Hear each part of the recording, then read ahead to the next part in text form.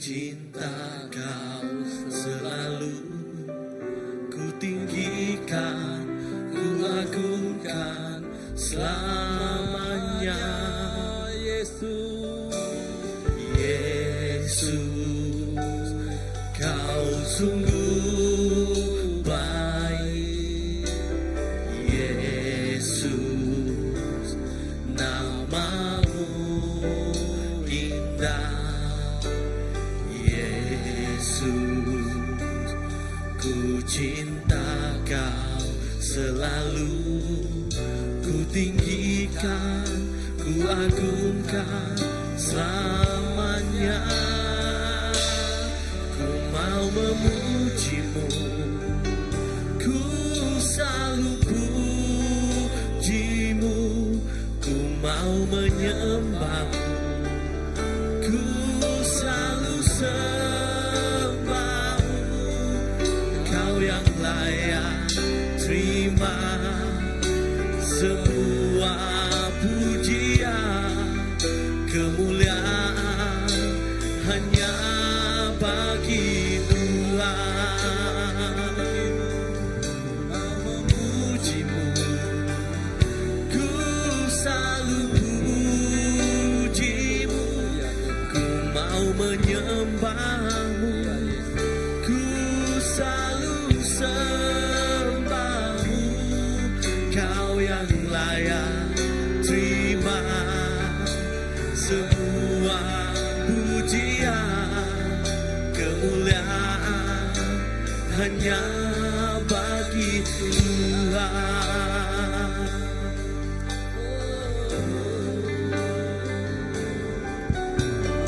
Yesus, Kau sungguh baik. Yesus, namamu indah. Yesus, ku cinta Kau selalu, ku tinggikan, ku agungkan selamanya. Ku mau memujimu, ku selalu pujimu, ku mau menyembahmu, ku selalu sembahmu. Kau yang layak terima semua pujian, kemuliaan hanya bagi Tuhan. Ku mau memujimu, ku mau memujimu, ku selalu pujimu, ku mau menyembahmu, ku selalu sembahmu. Kau yang layak terima semua pujian, kemuliaan hanya bagi Tuhan. Semua kemuliaan dan keagungan tertuju padamu, Tuhan dan Rajaku. Segenap jiwa dan nafasku menyembah Yesus yang hidup. Semua kemuliaan dan keagungan tertuju padamu, Tuhan dan Rajaku. Segenap jiwa dan nafasku menyembah Yesus yang hidup. Ku mau memujimu, ku selalu pujimu, ku mau menyembahmu, ku selalu sembahmu. Kau yang layak terima semua puji kemuliaan hanya bagi Tuhan. Kau yang layak terima semua pujian, kemuliaan hanya bagi Tuhan. Ya Tuhan Yesus, oh ya Tuhan Yesus, hanya Engkaulah yang layak Tuhan. Engkaulah yang layak disembah dalam hidup kami Bapa. Itulah Tuhan sebab kami hadir pada petang hari ini Bapa. Kami membawa hati kami untuk terus menyembah-Mu, untuk terus memuji nama-Mu, dan meninggikan nama-Mu di tempat yang kudus Tuhan Yesus.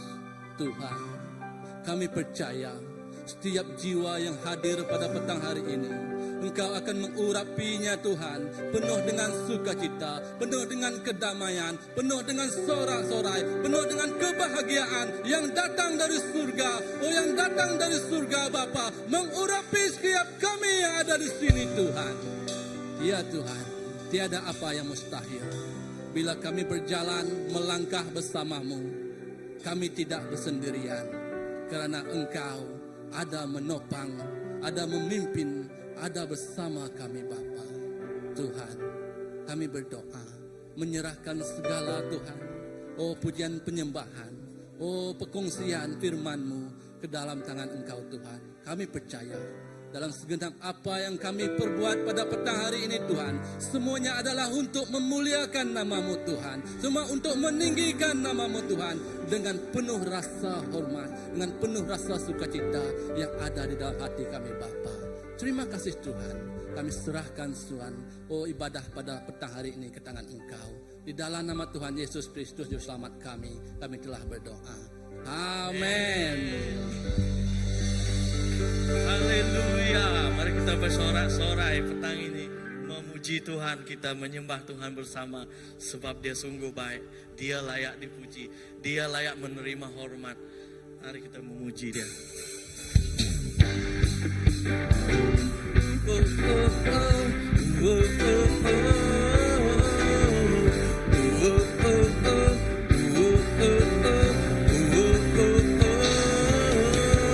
Gerakkanlah kekuatan-Mu ya Allah, tunjukkanlah kuasa-Mu ya Tuhan. Serahkan musuh-Mu, selamatkanlah umat-Mu. Allah dahsyat di tempat kudusnya. Kerahkanlah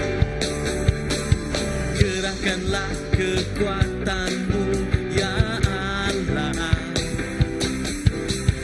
tunjukkanlah kuasa-Mu ya Tuhan. Serahkan musuh-Mu, selamatkanlah umat-Mu. Allah dahsyat di tempat kudusnya.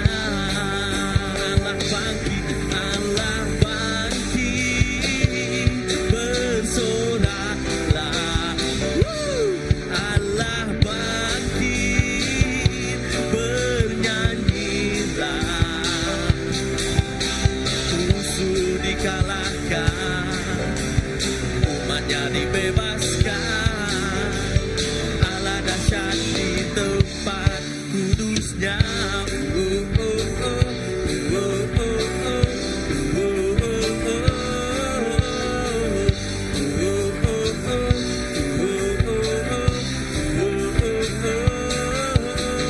Kerahkanlah kekuatan-Mu ya Allah,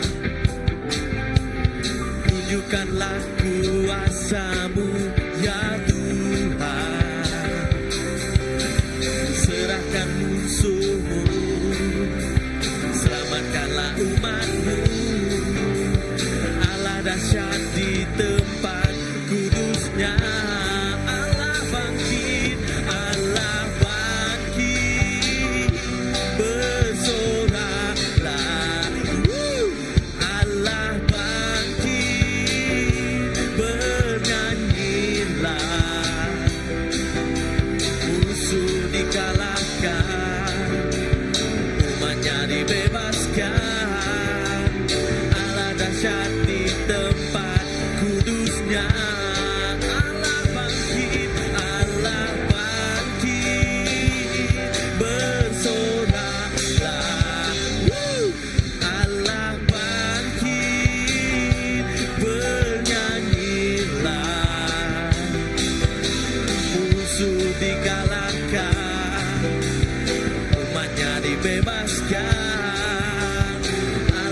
dahsyat di tempat kudusnya.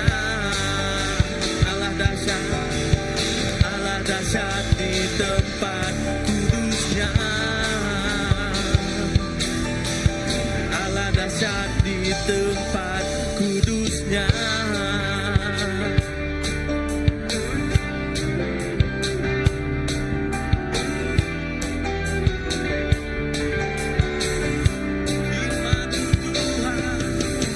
Firman-Mu Tuhan, pelita bagi kakiku. Janji-Mu terang bagi jalan-jalanku. Kebenaran-Mu menuntunku setiap hari. Ku menantikan-Mu, beri kekuatan baru. Ku kan terbang tinggi di awan bersama-Mu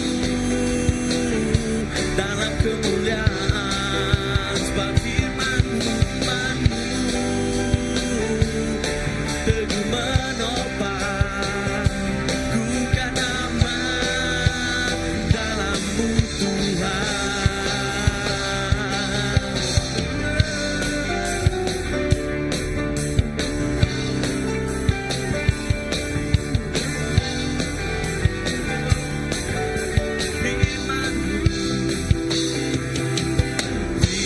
Firman-Mu Tuhan, pelita bagi kakiku.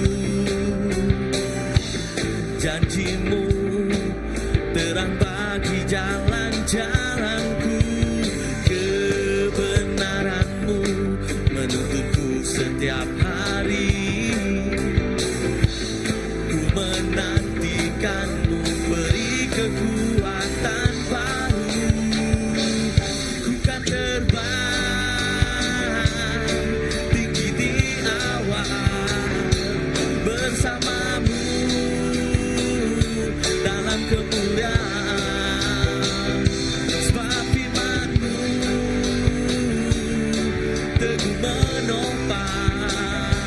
Ku kan aman dalam-Mu Tuhan. Ku kan terbang tinggi di awan bersama-Mu dalam kemuliaan. Sebab firman-Mu teguh menopang. Ku kan aman dalam-Mu Tuhan. Jalan-Mu di atas jalan-jalanku. Rancangan-Mu melebihi rancanganku. Firman-Mu sungguhlah membebaskanku. Berjalan lebih tinggi, berjalan bersama-Mu. Ku kan terbang tinggi di awan bersama-Mu dalam kemuliaan. Sebab firman-Mu teguh menopang. Ku kan aman dalam-Mu Tuhan. Ku kan terbang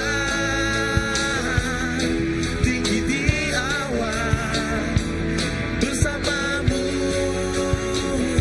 dalam kemuliaan. Sebab firman-Mu teguh menopang. Ku kan aman dalam-Mu Tuhan. Ku kan aman dalam-Mu Tuhan. Ku kan aman dalam-Mu Tuhan.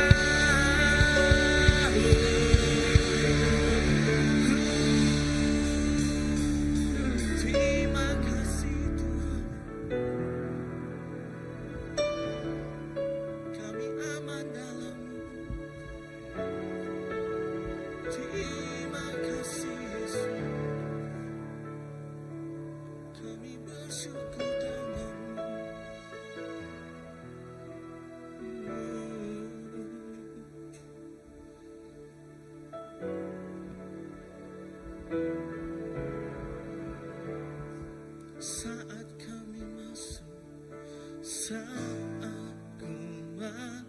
masuk ke hadirat-Mu. Ku tersungkur dan sembah-Mu. Ku persembahkan kurban syukurku yang terbaik bagimu.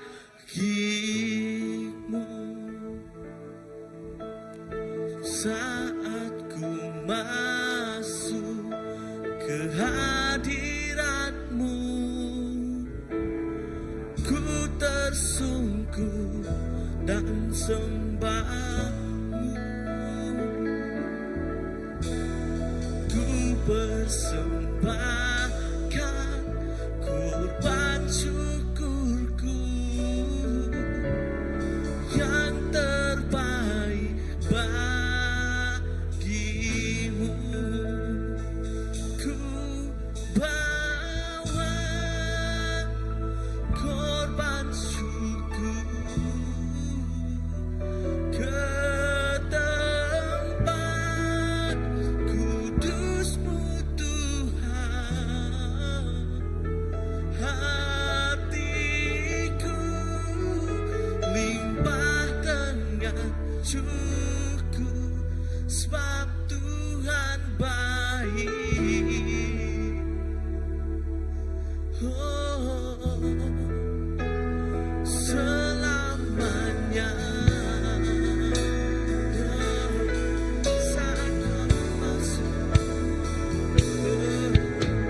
Saat aku masuk hadirat-Mu, Yesus,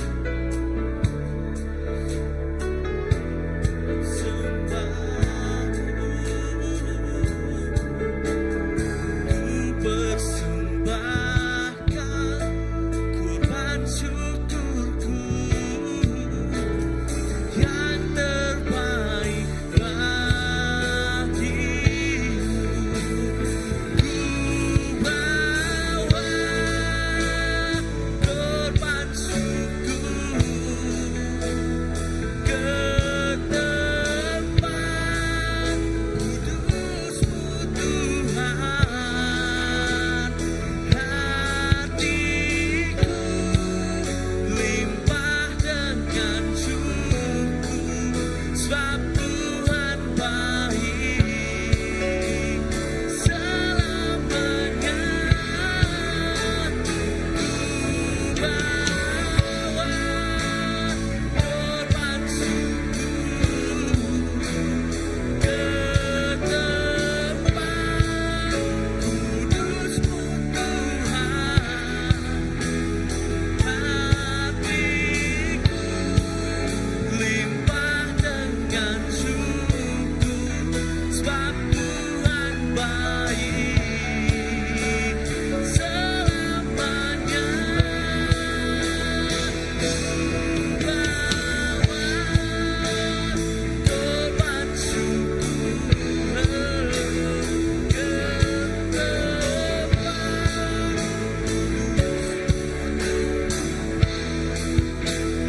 hatiku limpah dengan syukur sebab Tuhan baik.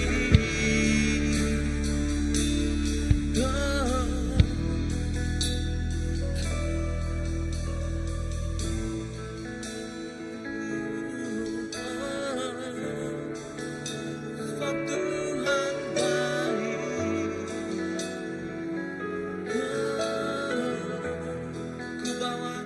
Ku bawa korban syukur ke tempat kudus-Mu Tuhan.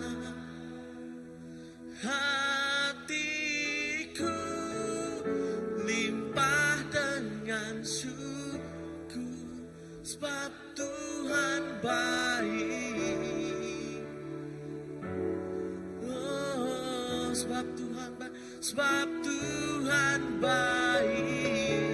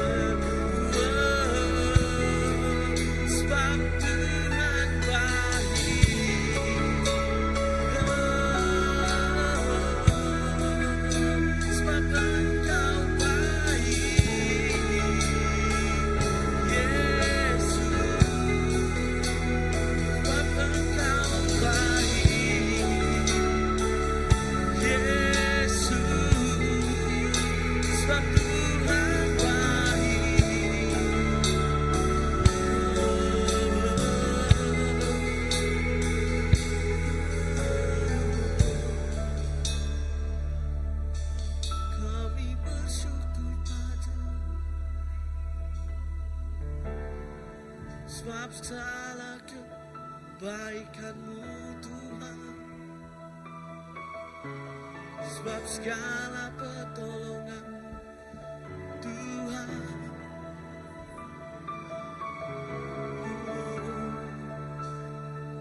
Itu sebab Engkau baik Tuhan.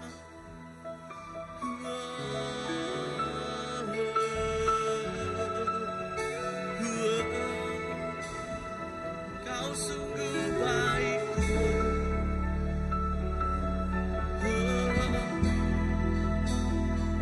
Kau layak disembah Tuhan, sebab Engkau baik. Kau layak dipuji Tuhan, sebab Engkau baik.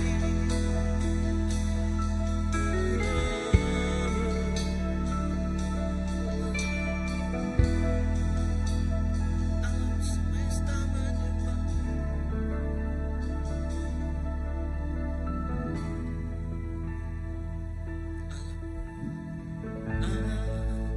Alam semesta melukiskan kebesaran Tuhan. Bumi dan surga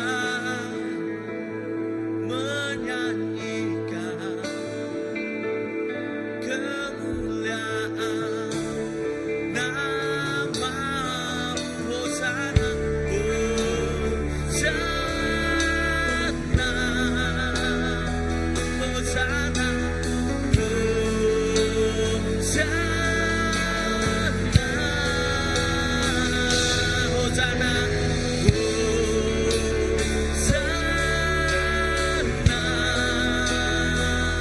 Hosana, Hosana, layak dipuji, disembah. Kaulah yang berdatang dulu, sekarang dan selamanya. Raja atas segala raja, nama-Mu besar dan mulia.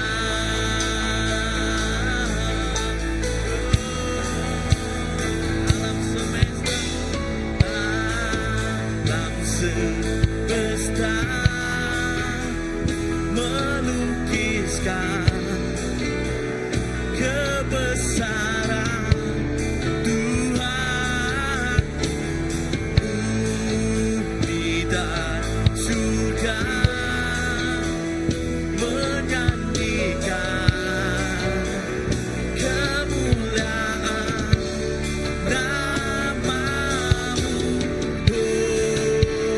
Hosana,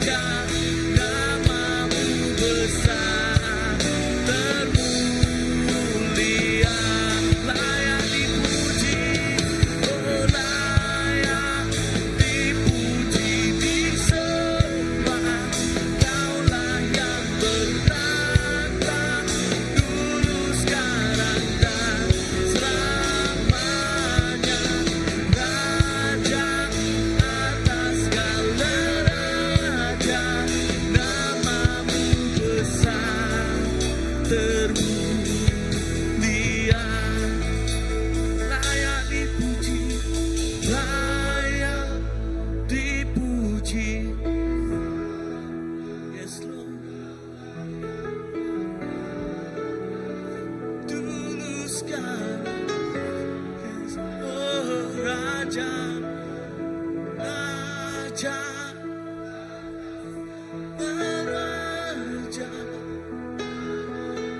besar termulia,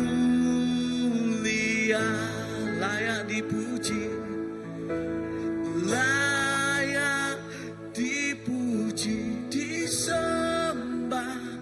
Kaulah yang bertata dulu, sekarang dan selamanya, Raja atas segala raja.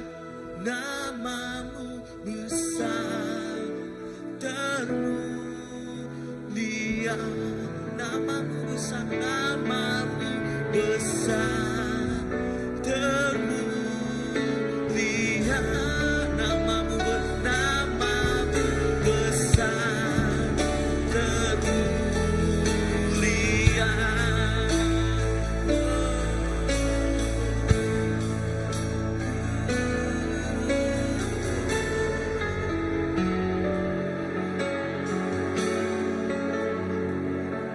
Kau termulia Tuhan,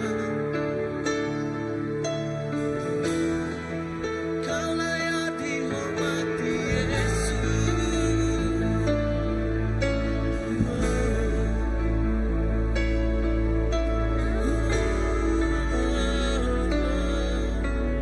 Kau Raja atas segala raja, Kau layak ditinggikan. Terima kasih Yesus.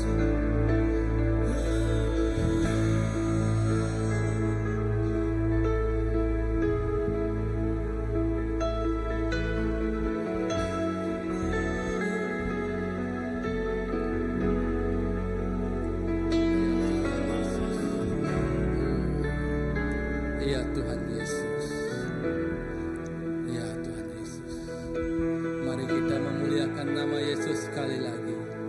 Kita nyanyi lagu ini sekali lagi, supaya dalam hadirat Tuhan kita terus mempersembahkan hati kita, pikiran kita, kehidupan kita ke tangan-Nya. Mari kita nyanyi lagu ini. Haleluya.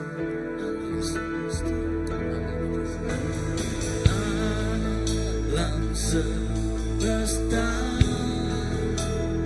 melukiskan kebesaran Tuhan. Bumi dan surga menyanyikan kemuliaan namamu. Hosana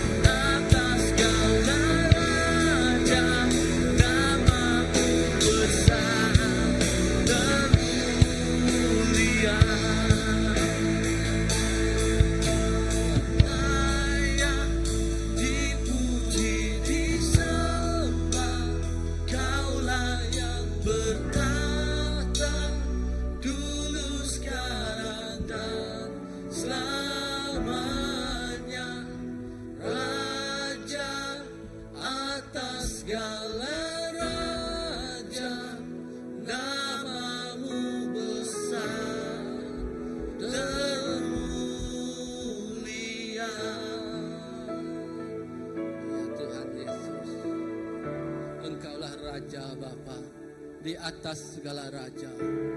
Tiada yang lebih tinggi daripadamu Bapa, Tuhan Yesus. Inilah hidup kami, inilah hati kami. Oh, kami serahkan semuanya ke tangan Engkau Bapa. Ya, di dalam hadirat Tuhan, kita mempersembahkan persembahan yang terbaik kepada Bapa. Untuk kita, oh Tuhan, memberitakan Injil, memberitakan kabar yang baik ke setiap orang. Ya, mari kita.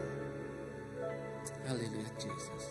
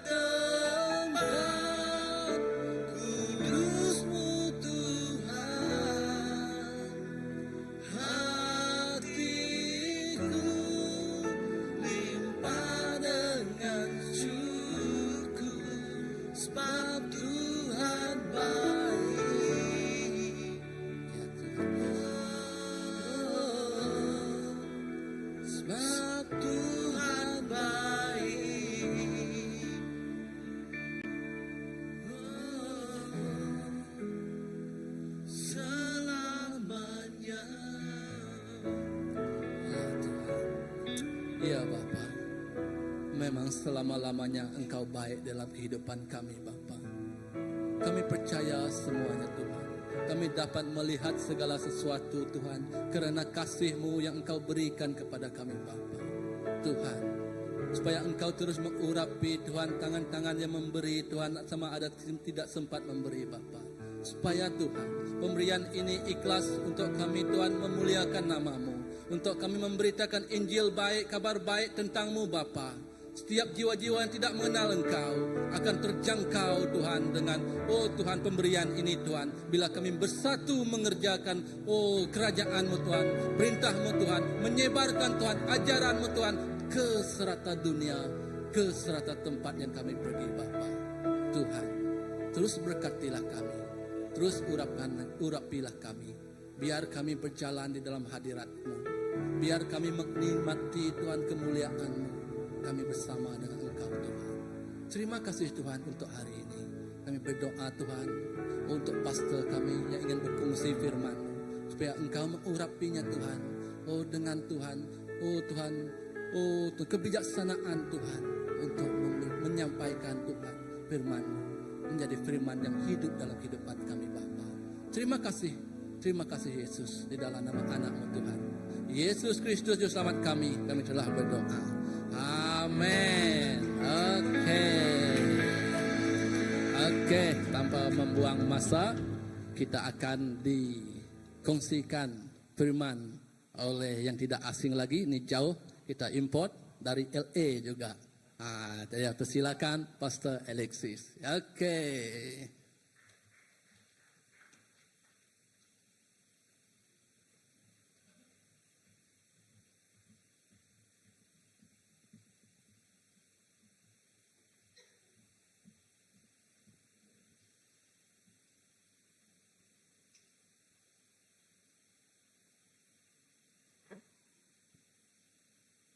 Shalom.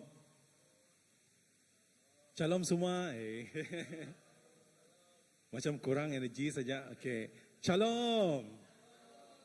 Amen. So, I know it's a struggle, okay? Pencobaan waktu petang, especially kalau hujan di luar, and like the best time, okay, saat dan masa yang terbaik untuk tidur. But okay, tapi sebelum itu, okay, bagi tepukan untuk diri sendiri, amen. Okay, sebab anda memilih untuk datang ke gereja, anda memilih untuk datang bersama-sama, okay, memuji menyembah Tuhan dan bersama-sama fellowship, okay, untuk kebaktian petang pada saat ini. Mungkin some of you stay dari kebaktian pagi, adakah? Ramai kayak di sini yang dari kebaktian pagi yang sampai sekarang masih stay? Wow, ada 2 orang, okay. Pastor, I think 3, 4, alright. Okay, amazing. Okay, untuk petang ini saudara, okay, saya ingin berkongsi satu, I don't have a slide, but nanti mungkin media boleh tolong saya, show the firman Tuhan lah, okay. Yang saya ingin kongsikan pada petang ini yaitu mengenai tajuk yang I know this is something that really speaking to me beberapa minggu lah, okay, that Tuhan berkata begini. Okay, tajuknya adalah When God Say No. Bila Tuhan katakan tidak. Semua katakan bila Tuhan katakan tidak. Do you know that kamu pernah experience pengalaman di mana bila Tuhan berkata tidak saat saudara minta dan berdoa, saudara minta ingin berdoa kepada Tuhan sesuatu something lah perkara dalam hidup anda, dan Tuhan memberikan jawapan ataupun tidak memberikan jawapan, dan saat Tuhan memberikan jawapan dia katakan rancangan itu bukan rancangan Tuhan. Tuhan berkata tidak pada doa, pada harapan, pada rancangan yang saudara inginkan. Pernah mengalami perkara sebegitu saudara? Okay, mungkin ada antara kita, okay, that di mana something yang kita ingin, okay, dalam hidup, something yang kamu ingin harapkan dalam hidup kamu, yang kamu mungkin rasakan, God, Tuhan akan memberi ini dalam hidup kamu. Kamu berdoa mungkin sepanjang bulan, kamu berdoa mungkin bertahun lamanya. Tetapi finally, bila Tuhan menjawab doa saudara itu dan dia katakan tidak. Wow. It's not easy, betul? Perkara itu tidak akan menjadi sesuatu perkara yang mudah, betul? Apabila Tuhan berkata tidak. Sebab saudara, di dalam kehidupan kita sebagai orang Kristen, selalunya kita dengar Tuhan katakan yes, okay, bila kamu berdoa, kamu expect lah, we all have faith. Semua kita ada iman mengatakan bahawa Tuhan itu akan katakan ya bagi doa, bagi permohonan, bagi sesuatu yang kita cari. Betul? Semua orang ingin, right? Hari ini kita berdoa dan besok kamu mau Tuhan jawab katakan ya, saya akan kerjakan ini, Tuhan akan berikan ini. Tetapi bagaimana sekiranya Tuhan katakan tidak bagi permohonan dan doa saudara? And ini banyak terjadi dalam Alkitab saudara, okay? I don't know why, I feel like, okay, saya rasakan bahwa Tuhan ingin berbicara secara personally dan secara lebih lagi, okay, kepada gereja pada hari ini. Bagaimana respon anda sebagai orang yang percaya, orang Kristen, saat Tuhan katakan tidak bagi doa, bagi rancangan anda. Alright? Dan ini merupakan salah satu persoalan yang sering sebenarnya terjadi di kalangan orang Kristen. Seperti, adakah Tuhan akan menjawab doa saya? Kebanyakan kita tahu bahwa iman yang ada pada setiap kita merupakan sesuatu yang sangat istimewa. Betul? Iman, okay, yang ada pada saudara. Katakan pada orang sebelah kiri kanan saudara, katakan, iman yang anda ada itu adalah sangat istimewa. Amen? Istimewa, kamu ada iman, you have faith, it's so special, betul? Tidak semua orang yang boleh beriman. And it's so special. Dan Tuhan katakan kalau iman itu pun sebesar biji sawi, itu boleh memindahkan gunung. It's so special. Sedikit saja iman itu is so special, betul? Amen, setuju dengan saya? Tetapi persoalannya saudara, okay, yang saya ingin bawakan kongsikan pada kita pada hari ini, adakah kita akan masih mempunyai iman sekira Tuhan katakan tidak pada doa, pada keinginan, pada rancangan kita?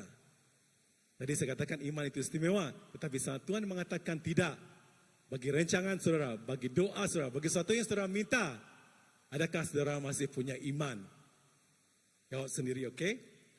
Saat kita percaya dan berdoa dan meminta kepada Tuhan sesuatu perkara yang mungkin sudah lama kita inginkan dalam hidup kita. Saya tidak tahu, mungkin pekerjaan, for example, bagi sesiapa yang mungkin tengah mencari pekerjaan, kamu berdoa, okay, dan kamu tiba-tiba kamu katakan, ya ini saya mau Tuhan, tetapi kamu tidak ada jawapan. Mungkin Tuhan katakan, no, ini pekerjaan bukan untuk kamu. Dan satu lagi masalah, okay, di dalam remaja, not remaja lah, okay, after remaja is working adult, how to say, dewasa, orang dewasa, saat mereka ingin mencari pacaran mereka, right? Girlfriend atau boyfriend. Mungkin, saat kamu ingin mencari boyfriend itu, kamu mencari girlfriend itu, alright? Dan kamu mempunyai hubungan dengan dia, you feel like connection. Dan kamu kata, yes, inilah akan menjadi calon suami saya. Ini akan menjadi calon istri saya. Dan kamu berdoa kepada Tuhan, tetapi Tuhan katakan, tidak. What do you feel?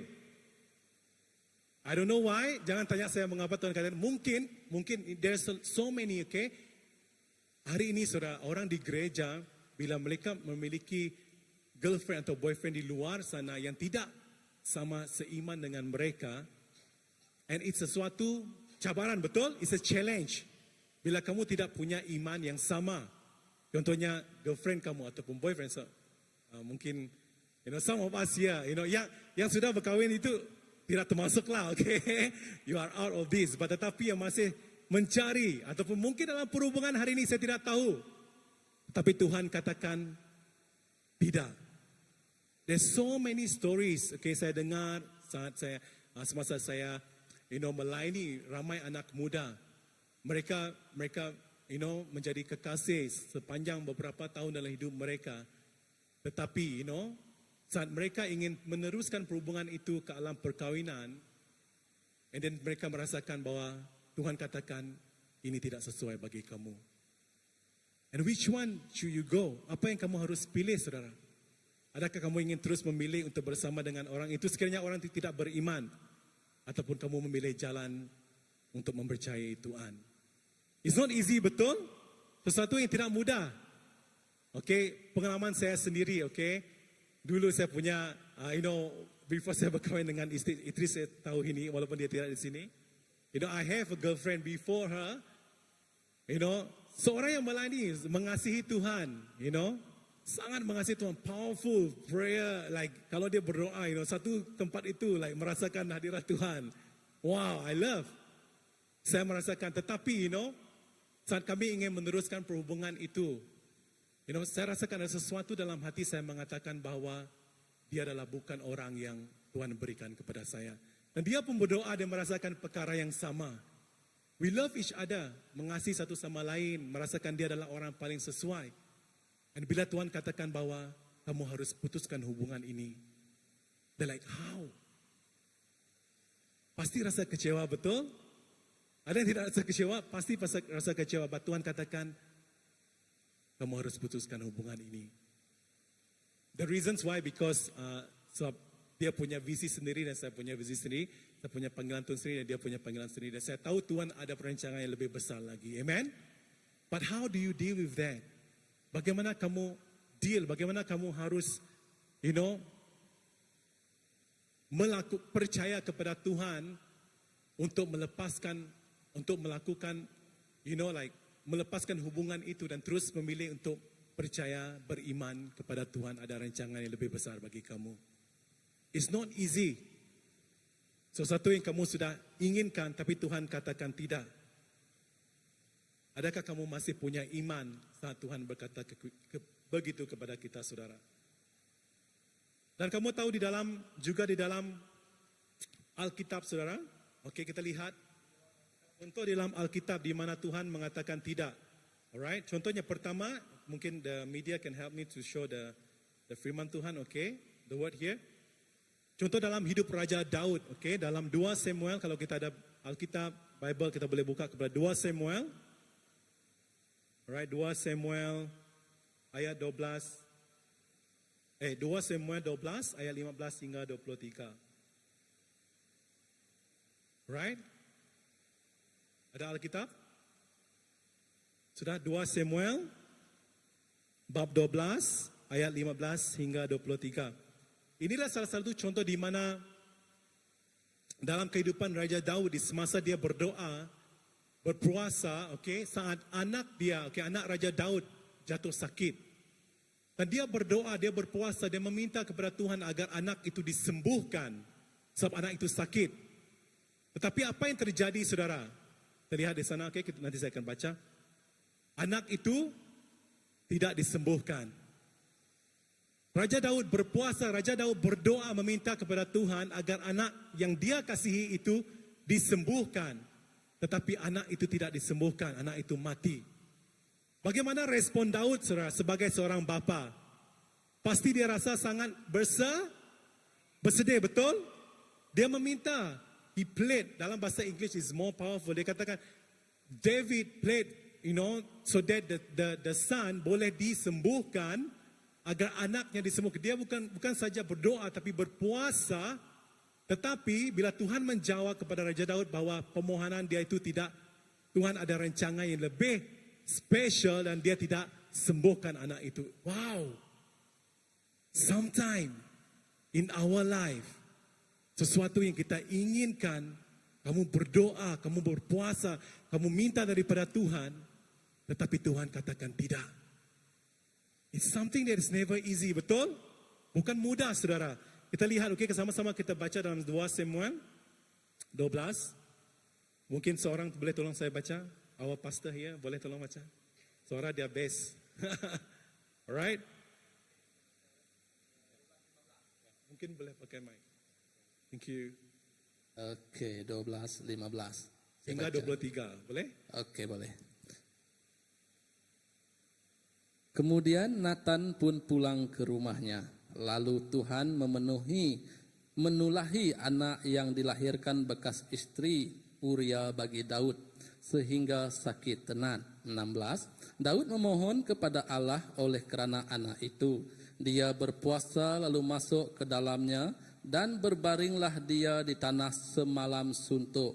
Maka datanglah kepadanya para tua-tua yang di rumahnya untuk meminta dia bangun dari lantai. Tetapi dia enggan berbuat begitu, dia juga enggan makan bersama-sama dengan mereka.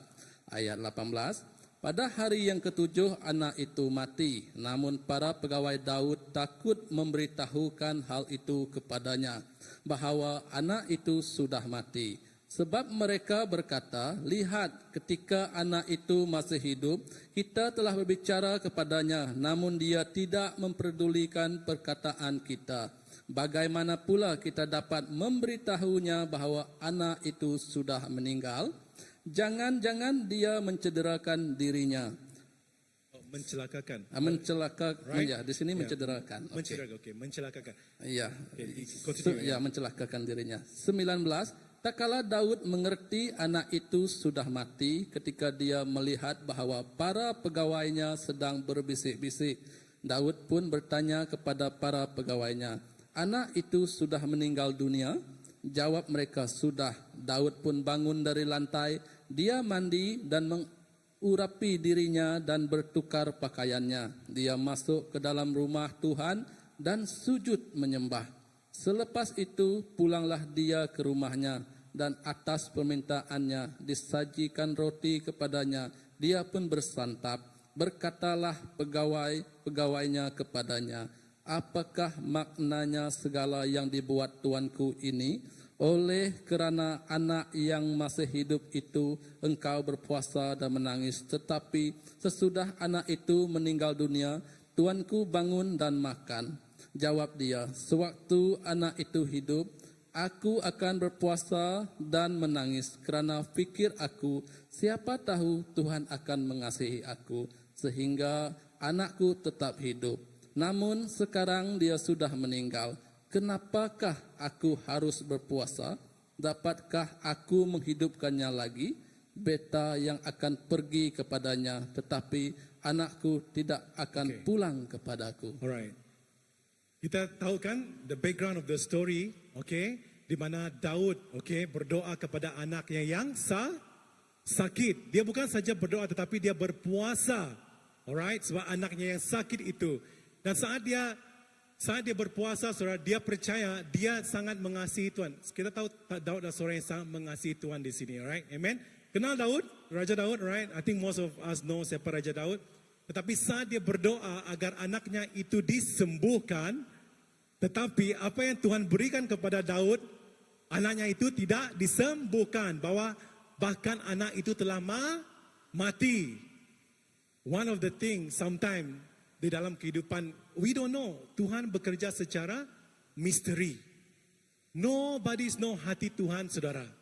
And this is the hardest, the most painful thing, sesuatu yang sangat, saya percaya very painful, sangat sakit, sangat sukar untuk diterima seorang bapa kehilangan anak yang dia kasih, betul? Dia berdoa, dia berpuasa, Tuhan, sembuhkan anakku ini. Tetapi apa yang terjadi? Tuhan katakan tidak, dan anak itu mati. One of the example di dalam Alkitab, dan satu lagi, okay, di dalam Alkitab, di dalam Ulangan, alright, sebelum saya pergi kepada yang seterusnya, di dalam Ulangan 3:23 ayat 26. Coba kita lihat di dalam satu lagi contoh, right, di mana Tuhan berkata tidak pada sesuatu permohonan dan doa seseorang itu. Tadi adalah Raja Daud, seorang yang sangat mengasihi Tuhan. Semua katakan mengasihi Tuhan. Amen. Yang sangat mengasihi Tuhan, yang berdoa, yang berpuasa kepada Tuhan. Tapi doa dia tidak dijawab Tuhan. Bahkan anak itu mati. Kita lihat yang seterusnya dalam Ulangan 3:23. Ini mengenai Musa. Alright. Di mana Musa meminta kepada Tuhan agar dia dapat masuk ke tanah Kanaan. Adakah Musa berjaya masuk ke tanah Kanaan, saudara? Ke tanah the promised land that God promised to him, to the Israel? Tidak, betul?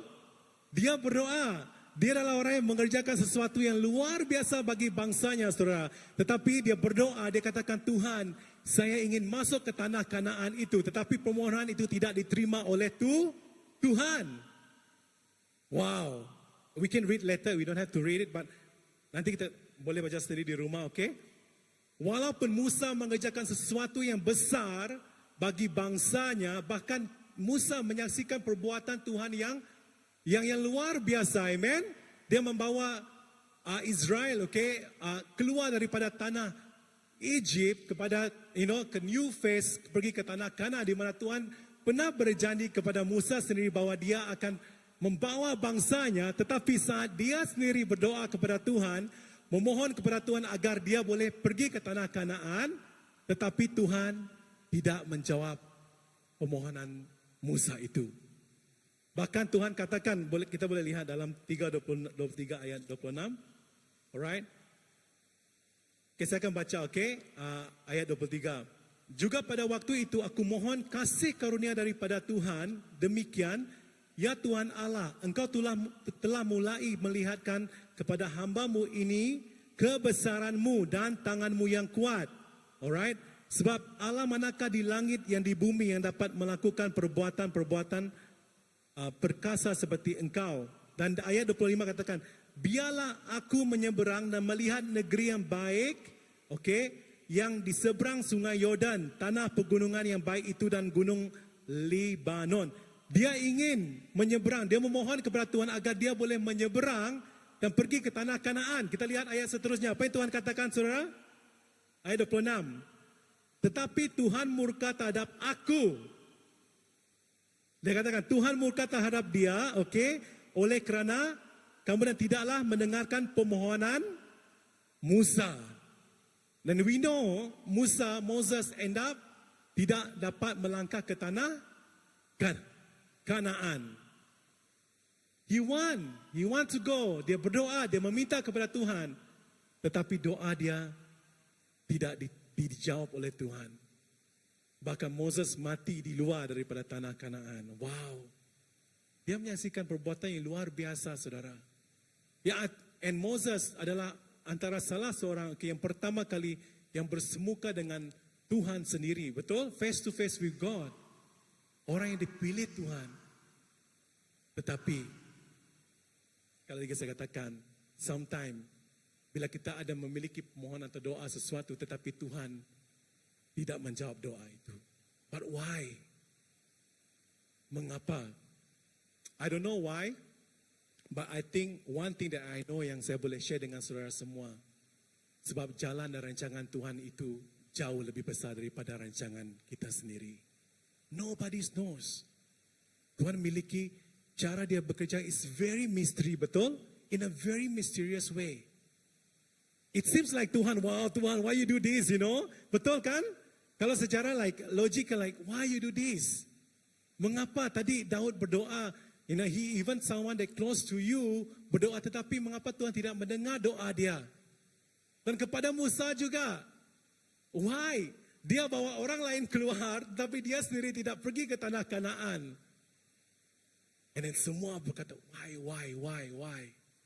Itu adalah salah satu contoh dalam Alkitab. Tetapi saudara, bagaimana jika perkara itu terjadi bagi saya dan saudara pada hari ini?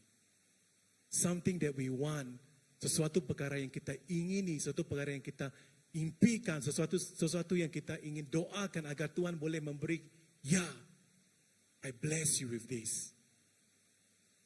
Adakah kita masih punya iman untuk mempercayai Tuhan, untuk mempercayai jalan dan rancangannya yang lebih besar dan sempurna itu? It's not easy, betul? Tidak senang. It's not easy. But do you still believe in God? Do you still believe kepada jalannya yang lebih besar? Something that you never thought.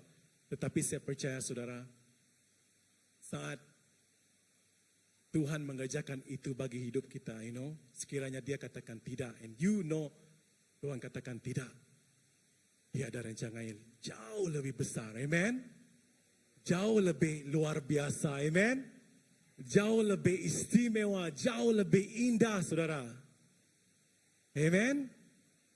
More than, lebih daripada yang kita bayangkan. But it's not easy. The reasons why I think saya ingin berkongsi ini, like saya selalu bertemu dengan ramai, saya melayani ramai di kalangan anak muda, saudara. You know, ramai anak-anak muda kita give up, putus asa dalam kehidupan mereka sebagai orang Kristian.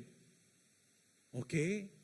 Dulu saat mereka teenage, saat mereka youth, wow, sangat berapi-api, you know, like api luar biasa, you know, like setiap pelayanan boleh saja kerjakan. Tapi the moment mereka melangkah keluar dari gereja, pergi ke tempat lain, saya bertemu ramai sekali anak-anak kita dari Borneo bila saya melayani dulu di Penang, saudara, dari Sabah, Sarawak, yang tidak lagi di gereja pada hari ini. Yang tidak lagi menyembah Tuhan seperti mana dulu. And the worst thing is apabila mereka memilih jalan untuk tidak bersama Yesus, tetapi memilih jalan untuk pergi ke kepercayaan lain. Karena apa? Karena perhubungan. Karena apa, saudara? Karena harta benda. A lot of things. Especially nowadays. Okay? Waktu sekarang is a very tough season. Alright, betul? Isn't it? It's not easy time, musim, you know, bagi setiap anak muda. Because you have so many things outside there. It seems like sangat menarik. Yang menarik kamu, you know. Sehingga kamu boleh menjual mungkin, I don't know, your own faith, iman kamu dalam Tuhan Yesus. Sebab mengapa? They are frustrated. Mereka give up, tidak dapat bertahan dalam iman mereka. Because all of these things. But one thing I encourage all of you, saudara, tetap mempercayai jalan Tuhan. Amen? Tetap percaya bahwa Tuhan itu punya rancangan yang jauh lebih luar biasa daripada apa yang saudara tahu pada hari ini. Because He is a glorious God, amen? Tetapi apa yang boleh memberikan kita kekuatan itu, saudara? And that's how I'm gonna go into the next one, yaitu contoh daripada hidup Rasul Paulus. Semua katakan Rasul Paulus. And we know, okay, why I want to share tentang Rasul Paulus, saudara, okay? Kehidupan Rasul Paulus, okay? Sebab sebelum, kalau kita tahu, sebelum Rasul Paulus mengenali ataupun percaya kepada Yesus, dia adalah seorang yang memegang kepada agama, dia adalah sebagai seorang Yahudi, right? He is one of the orang Yahudi yang tahu semua Torah, mempelajari Torah. Dia tahu tentang agama-agama Yahudi, dia tahu setiap hukum, adat dan sebagainya, saudara. Dia adalah orang yang perfect, sempurna. Tetapi, saudara, you know, like saat dia bertemu dengan Yesus, kehidupannya sangat berubah. Walaupun dia seperti daripada hero kepada zero, right? Orang yang dikenali, orang yang respected, orang hormat dia dulu sebelum dia menjadi orang Kristen, sebelum dia percaya kepada Yesus. Tetapi saat dia mempercayai Yesus, dia menyerahkan hidup dia bagi Yesus, dia sepertinya zero, kosong, stripped naked. Like there's one word in the English kata, I was stripped, like seperti ditelanjangi, kosong kerana Yesus. Alright, why I'm gonna share about Yesus? Sebab Paulus, sebab di dalam hidup Paulus saat dia percaya, dia memilih jalan untuk percaya kepada Yesus, memilih menyerahkan hidupnya seluruh kepada Yesus, saudara. Okey, dia melayani Tuhan Yesus, dia pergi ke mana-mana bangsa, banyak tempat dia pergi, walaupun dia mengalami banyak penderitaan, saudara. Dia tidak pernah give up. Dia tidak pernah putus asa. Paulus adalah orang yang I'm really respect. Dulu saya beritahu begini, okay, if God ever to like in heaven lah next time, right? Orang yang saya ingin jumpa, pribadi yang saya ingin jumpa dan I really want to see, saya ingin berjumpa, it's Paulus. Why? Because that he gave every single thing dalam hidup dia saat dia menyerahkan hidup bagi Kristus, saudara. Apa saja penderitaan dia alami, itu seperti kosong bagi dunia, right? It's like zero, nothing. But bagi Kristus, bagi dia, mati itu adalah satu keuntungan. Kehilangan sesuatu dalam hidup dia, penderitaan itu bagi hidup Paulus, itu adalah sesuatu yang kebanggaan bagi dia. Wow, like who is this man? Remember bila Paulus dengan Silas di dalam penjara, right? Most of the letters dalam perjanjian baru yang kita baca, surat-surat daripada Paulus, epistles yang ditulis oleh Rasul Paulus, dia menulis surat itu daripada penjara. You know this? Alright? Dia bukan menulis surat itu semasa dia berada di hotel 5 bintang, saudara. Sheraton or what is the hotel that we have here? Pullman, No. Tapi semua surat dorongan, kata-kata dorongan yang Rasul Paulus tulis di dalam Alkitab, yang until sekarang kita baca, saudara, dia tulis itu semasa dia di dalam penjara. Semua katakan penjara. Siapa pernah pergi penjara? Do you guys ever been to penjara? Mungkin pastor pernah melayani, right? Bukan masuk penjara, right? Melayani. Saya pernah di dalam penjara, bukan kerana saya mengerjakan kesalahan. Oh, pastor. Okay. Tapi saya pernah melayani di dalam penjara. When I went to penjara for the first time in my life, like, wow, Tuhan, saya tidak mau hidup. Itu hanya penjara yang saya lihat di Sarawak. But this penjara yang Rasul Paulus tinggal, yang dia pernah dimasukkan, penjara yang ngeri, saudara. Tidak diberi makan di sini, you know what? Penjara kita di Malaysia, syukur, puji Tuhan. Ramai orang yang dalam penjara itu boleh diberi makan. Setiap hari diberi makan. Ada tempat tidur lagi, saudara. Walaupun not easy lah mereka sharing itu bathroom, kami bertemu di tempat mereka satu ruangan yang kecil, tapi it's not difficult. Tetapi pada masa zaman Paulus, penjara yang diberikan yang di mana Rasul Paulus dipenjarakan itu is totally different. Ngeri, semua katakan ngeri. Like I don't know how to gambarkan, but if you like ada gambaran mengatakan mungkin di dalam penjara itu, ada ular, ada tikus, like pitch black, hampir like tidak kelihatan. But I'm thinking, but how? Bagaimana Paulus boleh menulis saat dia dalam keadaan sebegitu, Dalam penderitaan, itu satu kebanggaan bagi Paulus. Wow. And I'm pretty sure Paulus berdoa, dia pun tidak mau dipenjara, right? I'm pretty sure, Tuhan, lepaskan saya, daripada ini. Tetapi there's a moment in his life di mana dia masih dalam penjara saat dia juga berdoa. But one thing, saudara, yang menyebabkan Paulus terus tetap setia melayani Tuhan, mengasihi Tuhan, menyerahkan hidupnya, sehingga kan Paulus mati dibunuh. Do you know? Dia dibunuh oleh tentera Romawi pada masa itu. Kerana dia memberitakan Yesus, Injil, Gospel ke seluruh dunia sehingga kan dia mati, dibunuh. Tapi bagi Paulus dia katakan, mati itu satu keuntungan. Wow. Wow, saya punya ingin, saya katakan, wah Tuhan, bila saya tahu, bila saya ingin berkongsi tentang saja, bila Tuhan katakan tidak pada satu permintaan, pada doa saudara, adakah saudara masih mengimani, mengasihi Tuhan, tetap mengikutinya, tetap mempercayai, tetap beriman saat itu terjadi? It's amazing, right?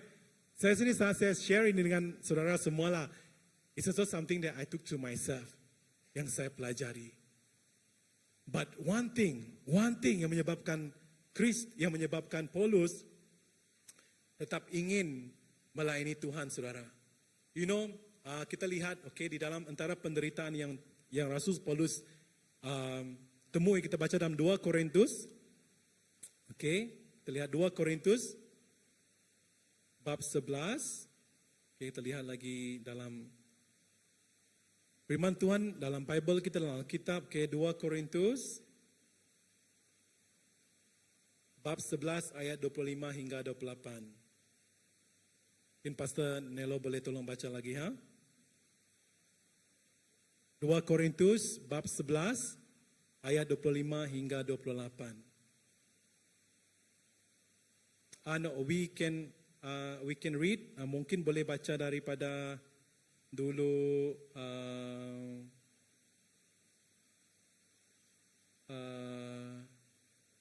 ayat 22 lah, so that we daripada ayat 24. 24, alright?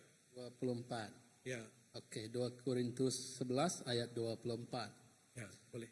5 kali sebanyak 40 kurang 1 sebatan setiap kalinya aku disebat oleh orang Yahudi. 25, 3 kali aku dipukul dengan tongkat, sekali direjam, 3 kali ditimpa kejadian kapal karam, dan sehari semalam terkatung-katung di laut. 26, dalam perjalanan seringkali aku menghadapi bahaya dari sungai, bahaya dari penyamun, bahaya daripada bangsaku sendiri orang Yahudi, bahaya daripada bangsa-bangsa lain, bahaya di kota, bahaya di gurun, bahaya di laut, dan bahaya daripada orang yang berpura-pura sebagai saudara seiman. Aku sering keletihan bekerja keras, kurang tidur, kelaparan dan kehausan. Kerap kali aku terpaksa mengikat perut, menanggung kesejukan, kekurangan pakaian. Di samping itu, setiap hari aku dibebani rasa runsing dan prihatin terhadap semua jemaah. 29, jika seseorang lemah, tidakkah aku turut merasakan kelemahannya? Jika seseorang tersandung, masakan hatiku tidak sengsara karenanya? Sekiranya aku hendak berbangga, aku akan berbangga tentang kelemahanku. Allah Bapa-Ku, Tuhan Yesus yang terpuji selama-lamanya, tahu bahwa aku tidak berdusta. Wow. Amen. Banyak sekali penderitaan yang Paulus alami, betul? Tapi dia bermegah di dalam Tuhan dan mengatakan bahwa semua yang dia alami itu saudara, penderitaan, dicaci, dipukul, direjang, alright?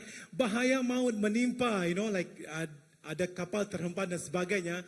Dia menganggapkan semua itu adalah satu kebanggaan. Semua katakan kebanggaan. It's like a pride for him. Wow. It's amazing. How this guy can say saat dia menderita dan dia mengatakan bahwa semua yang dia alami itu adalah satu kebanggaan agar dia boleh terus lagi memberitakan tentang Yesus, tentang Injil kepada ramai bangsa-bangsa. Wow. Amen. Just amazing faith.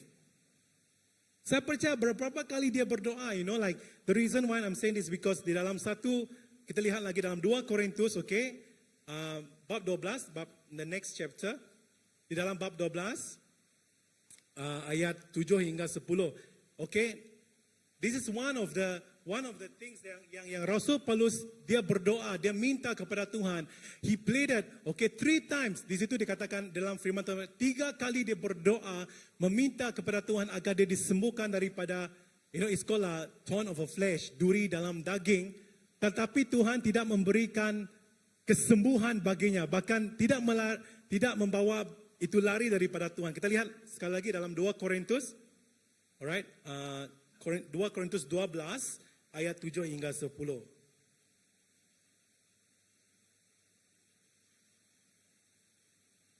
Mungkin Pastor boleh tolong baca. Thank you. Oke, 2 Korintus 12:7. Supaya aku tidak terasa terlalu tinggi karena begitu dilimpahi wahyu, aku telah diberi duri dalam daging, utusan iblis untuk menyakitiku.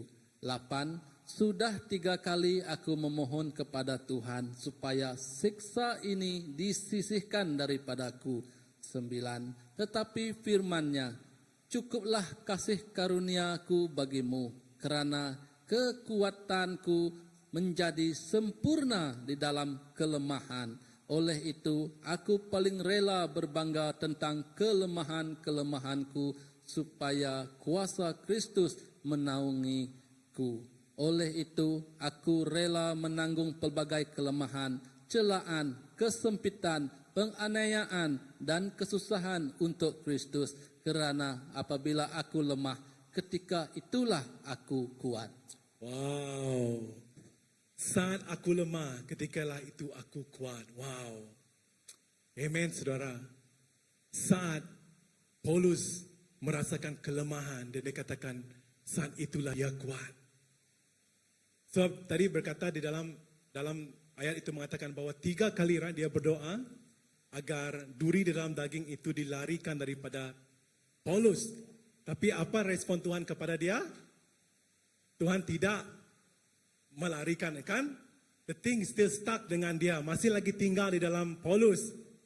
Tetapi saat itu juga dia katakan, the next one, this is the amazing things. Saat Tuhan menjawab, alright, saya ingin baca lagi dia kata tentang hal itu aku sudah 3 kali, semua kata 3 kali berseru kepada Tuhan supaya utusan iblis, di sini katakan utusan iblis itu mundur daripadaku. Tetapi ayat ke-9, saudara, this is very powerful. Dia katakan, jawab Tuhan kepadaku. This is the answer. Dia katakan, Tuhan sembuhkan saya, larikan iblis ini daripada saya. Dan Tuhan katakan, yes Paulus, saya larikan iblis ini daripada kamu. Tidak, right? Tidak, betul? Tapi apa respon Tuhan? Apa jawab Tuhan kepada Paulus, saudara? Dia katakan apa? Tetapi jawab Tuhan kepada Paulus, cukuplah kasih karuniaku bagimu, sebab justru dalam kelemahanlah kuasaku menjadi apa? Sempurna. Semua kata pada sebelah kiri kanan saudara, kuasa Tuhan itu menjadi sempurna dalam kelemahan saudara. Amen. Di dalam kelemahan, kuasa Tuhan menjadi sempurna. The key here is like di ayat ke-9, Tuhan berkata kepada Paulus, kasih karunia Tuhan cukuplah bagimu. Dan itu memenuhi, memuaskan, menghidupi kamu. Wow. What is kasih karunia, saudara? What is grace? And we are talking about the church this year, talking about grace after grace. What is grace? Apa kasih karunia Tuhan itu? Anyone want to answer me?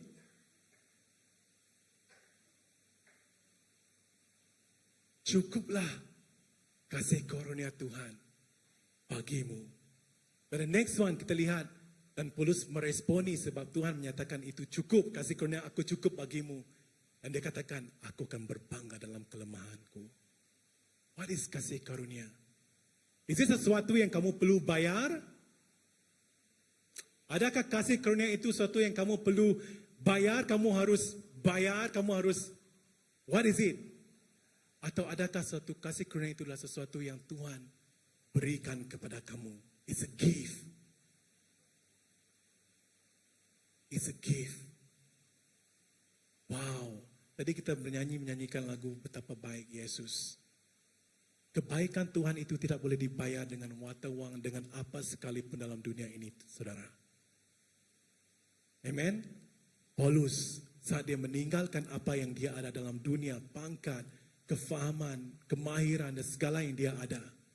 Selepas dia tahu Yesus itu adalah Tuhan dan Juru Selamat dia katakan semua itu kosong. Sebab kasih karunia, kasih Tuhan itu, pemberian Tuhan itu cukup bagi Paulus. Wow.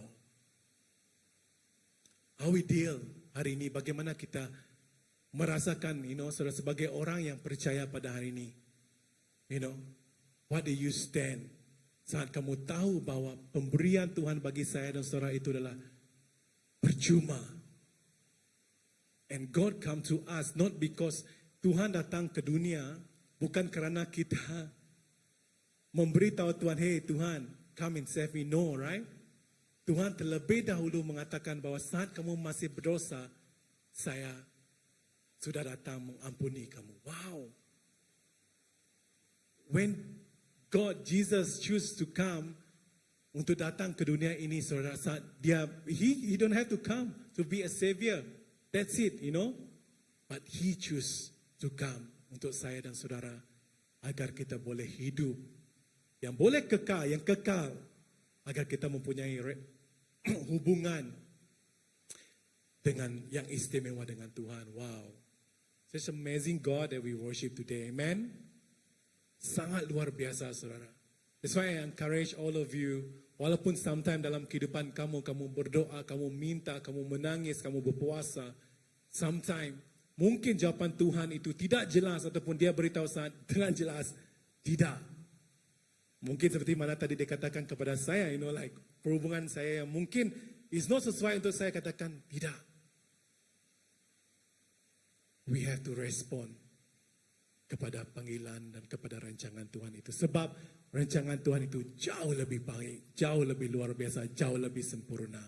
Amen? Daripada semuanya. Wow. And you know what is kasih karunia, saudara? It's like I come into this word and katakan bahwa kasih karunia itu adalah ketentuan Tuhan atau pemberian Tuhan bagi kita di saat kita memerlukan.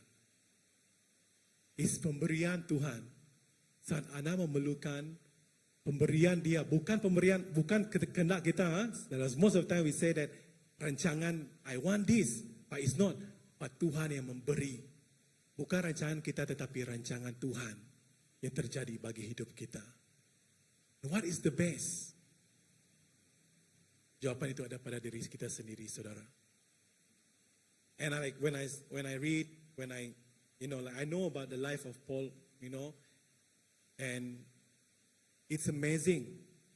Dan juga, di dalam saat orang Kristen kita mengalami satu penderitaan dalam hidup kita, ada dua benda, ada dua perkara yang is really important yang kita harus tahu, yang penting.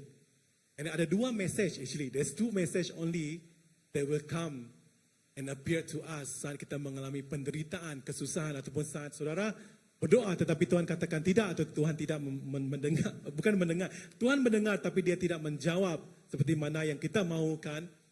There's two things happen. Pertama adalah the iblis, okay, iblis. Semua katakan iblis. Kuasa jahat akan cuba untuk bekerja dalam fikiran, dalam hati kita, katakan, wow, look at your God. Dia tidak menjawab doa kamu, dia tidak peduli kamu. Why you still want to believe dengan Tuhan kamu ini? Then that one is a struggle, it's like a war, it's satu peperangan yang terjadi, betul? It's like a crisis. Like, adakah kamu harus mempercayai? That is something that has come to us. That iblis try to mengubah image Tuhan, siapa Tuhan itu bagi hidup kita, saudara. Tuhan yang baik, Bapa yang baik, dia boleh mengubah kepada tengok, Tuhan ini tidak baik pun. Why you still want to worship Tuhan?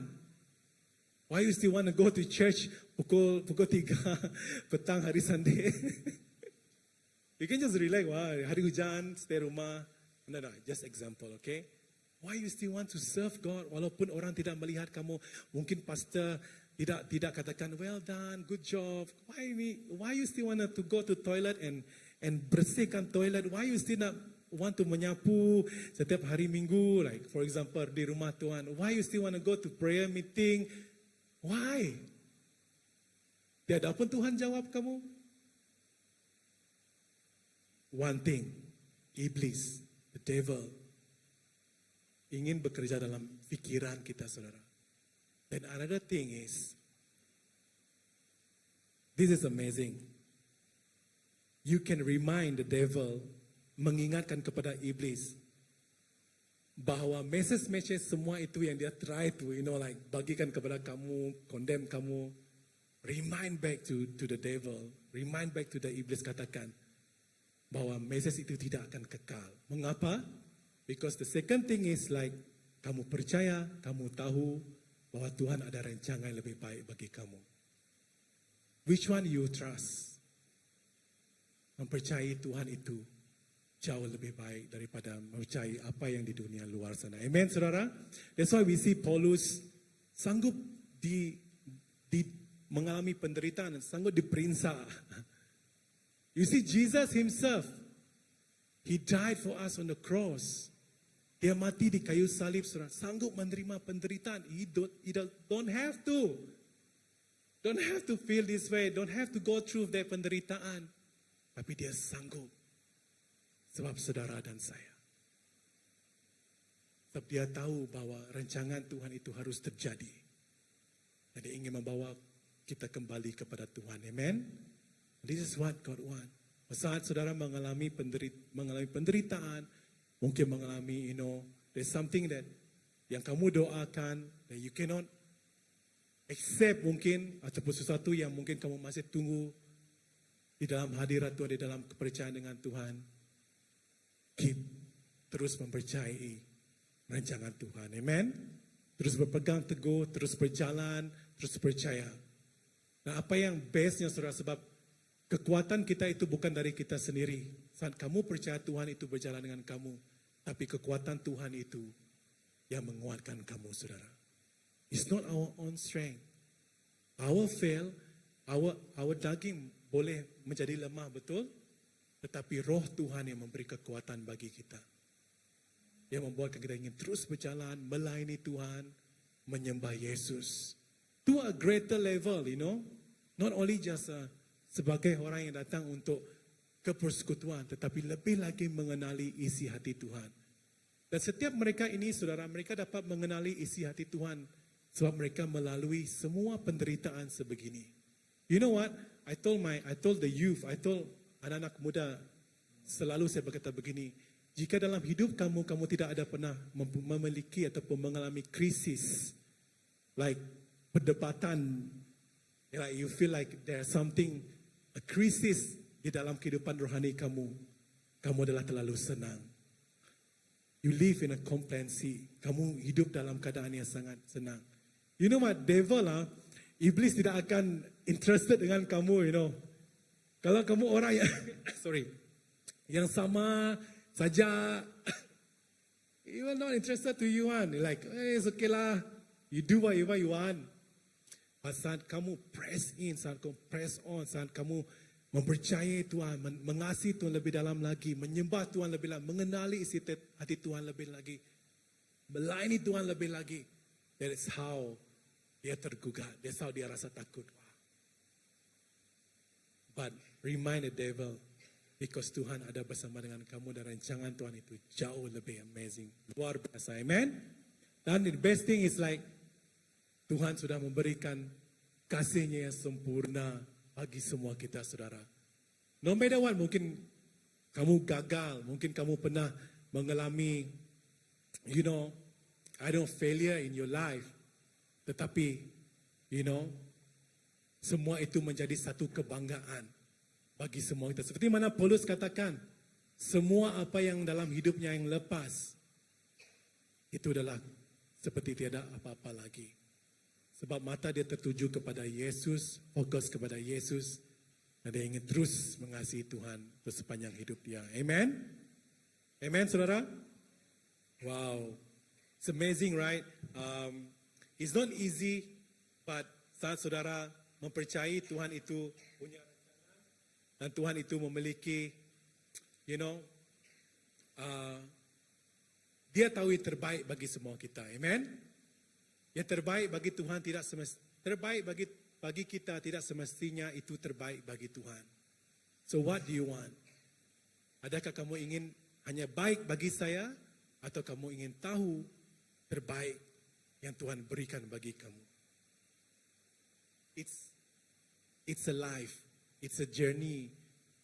Seperti perjalanan kamu dengan Tuhan, dan kamu makin tahu why do you have to do this?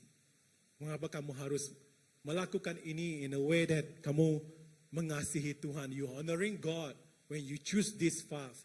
Bila kamu memilih jalan untuk berjalan dengan Tuhan, okay, mengapa kamu harus berjalan begitu? You have that. Dan kamu tahu bahwa pilihan kamu itu adalah pilihan yang paling berharga sekali. Amen. And it's like, when we got baptized, right? Last 2 weeks kan, 2 minggu yang lepas ada pembaptisan, right? Di sini like I remember last time when I first time get baptized dalam semua, I was so excited, and then we semua kita nyanyi lagu, "Where I have decided to follow Jesus," right? And then, and like no turning back. No turning back. Wah, dengan menangis, air mata, air hidung sekali saudara keluar. I don't know if you have that encounter lah, but I have that, right? Like, oh Jesus, I love you the whole life, and then this pastor lah told us last time, they say, you know what? Amazing to see kamu orang menangis hari ini, and I happy. But the real things happen is saat kamu keluar, saat kamu berjalan di luar sana. That's how you know the real life happen. So like, wow, this is so powerful, so powerful. I'm so glad, I'm so thankful that, that perjalanan dengan Tuhan itu adalah sesuatu yang seperti tiada full stop, betul? The full stop is when you go to heaven and you see Jesus face to face di heaven nantilah, But selagi kita masih lagi di dunia ini, saudara, there's always a second chance. There's always, Tuhan sentiasa ada bagi kamu. Tapi pilihan kamu itu menentukan either kamu terus percaya bahwa Tuhan itu ada bersama kamu atau tidak. It's a freely given. It's like, it's there, you just have to pick it up and go with it.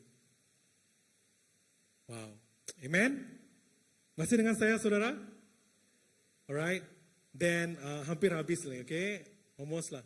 Dan kasih karunia itu tadi saya katakan bahwa kasih Tuhan itu adalah sesuatu yang anda sepatutnya tidak berhak untuk terima. There's nothing on our part yang qualified, what is qualified? Melayakkan anda untuk boleh menerima itu. Nothing. It's because what Jesus have been done. Your part, my part, is untuk mempunyai iman, mempercayai Yesus, berjalan bersama dengan Yesus, berjalan to carry the cross, untuk ngemak regang, ngesan regang, alright, ngau Tuhan setiap hari dalam penghidup kita, amen. Yeah, and it's everyday life that you have decision to make. Setiap hari kamu ada, decision to make. Either you still want to carry the cross, and journey with God throughout the whole life that you have. And now, mungkin lah, for some yang masih muda, there's so many things to explore, right? But saat kamu memilih untuk berjalan dengan Tuhan, mengimani, right? You will see even a greater things yang Tuhan akan unfold, akan berikan kepada kamu. And for those who sudah ada family dan sebagainya, there's more things that Tuhan akan lakukan bagi kita, saudara. That will surprise us. Because that is the promise of God, right? That we can have life here on earth and juga life for eternal life. Saat kita pergi dengan Tuhan nanti. Wow. Just amazing, right? It's the things that semua kita sebagai anak-anak Tuhan can inherit. Saat hari ini juga, saat saudara datang ke gereja hari ini, alright, saudara balik nanti ke rumah, you have this identity sebagai anak Tuhan. We are children of God, sons and daughters of God. Wow. Amen. You know, di dalam 1 Yohanes ayat 16 mengatakan, kerana dari kepenuhannya, dari kepenuhan Tuhan, dari kepenuhan Yesus, kita semua telah menerima kasih karunia demi kasih karunia. And so because of the fullness of God in Christ, that we receive grace after grace dalam hidup kita, saudara. It's not because of how good we are, but it's just because of sebab Tuhan Yesus mengasihi kita dan Dia memberikan ini. You know, it's like there's a word, you know, in bahasa they say memberikan rewards. What is reward? Ganjaran, ya upah, right? Ya bagi kita, saudara, saat kamu memilih untuk bersama dengan Kristus. It's like something that you don't expect, but Tuhan berikan itu kepada kita. It's a blessing for us to enjoy. Amen? Amen, saudara? And then, sebenarnya saya katakan tadi, saudara, dalam kesulitan, saudara, alright? Still press on, alright? Terus datang kepada Tuhan. Dan tahu bahwa Tuhan punya rancangan yang terbaik.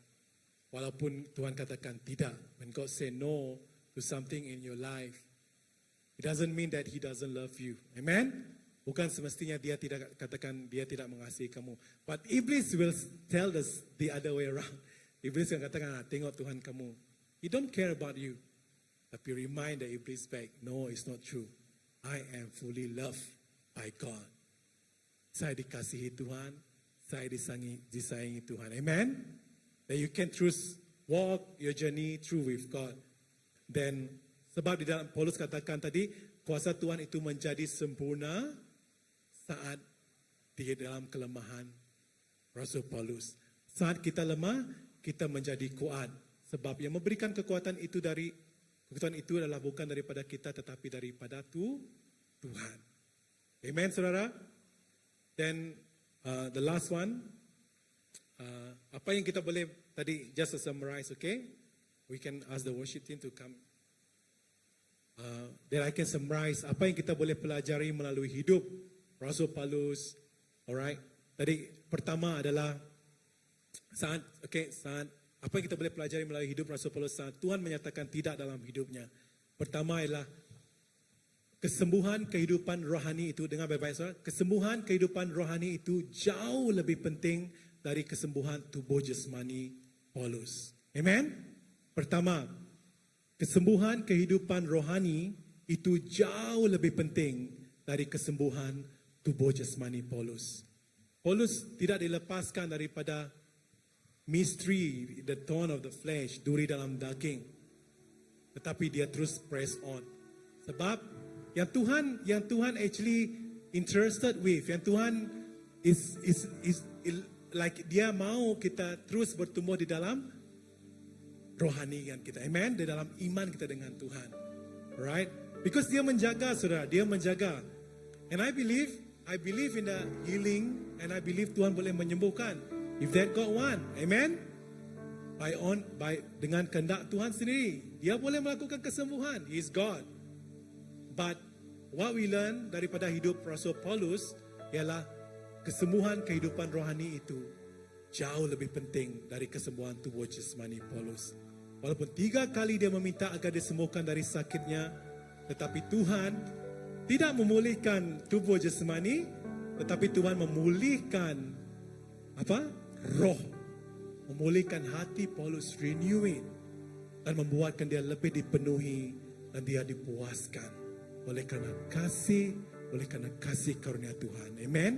Dan Tuhan membentuk karakter dalam hidup kita seharian ini adalah, Tuhan membentuk karakter di dalam diri kita sebagai orang yang percaya. Are you a follower?